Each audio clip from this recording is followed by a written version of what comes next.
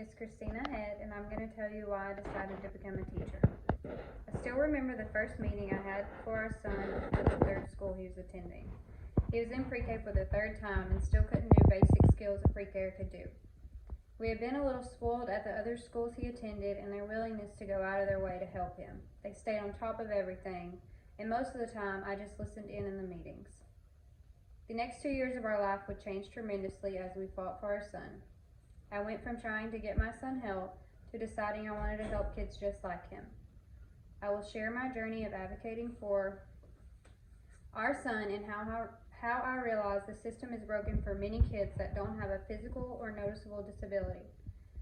And many kids need someone advocating for them because not all kids have someone.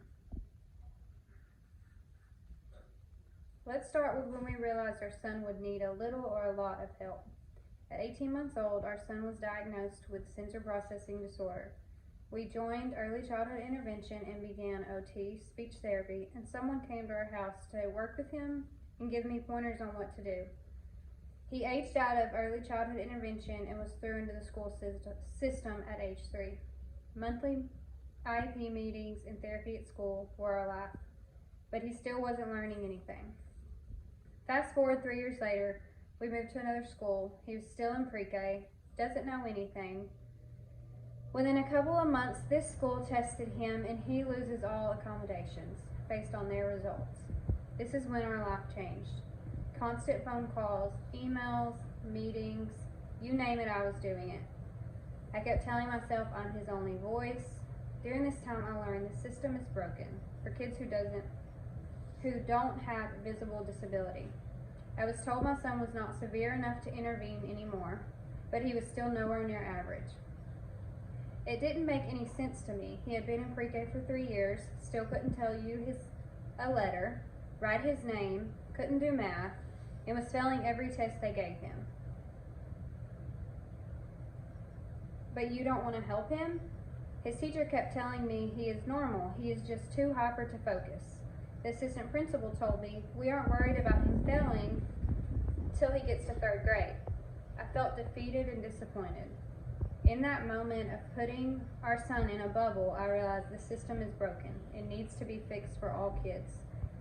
The system is broken and not every kid has a voice or anyone being their voice. In almost every meeting I sat in, I felt like I was failing as a mother. One very good friend said to me, "You are his voice. Be his voice." And then I realized, who is helping these kids that don't have parents or loved ones willing to step up? Or maybe they aren't informed enough to help. Or they don't know where to start. I chose to become a teacher. That's why I chose to become a teacher. I will graduate this year with my Associates of Art in Teaching and plan to transfer to SFA to get my bachelor's. I would like to be a resource teacher where I can bounce around and help many different kids. Now I have shared with you why I'm choosing to become a teacher and help kids just like my son. I told you the struggles we went through with my son, why I think the system is broken, and why kids might need someone to advocate for them. I hope my speech will help you understand why I'm choosing to become a teacher.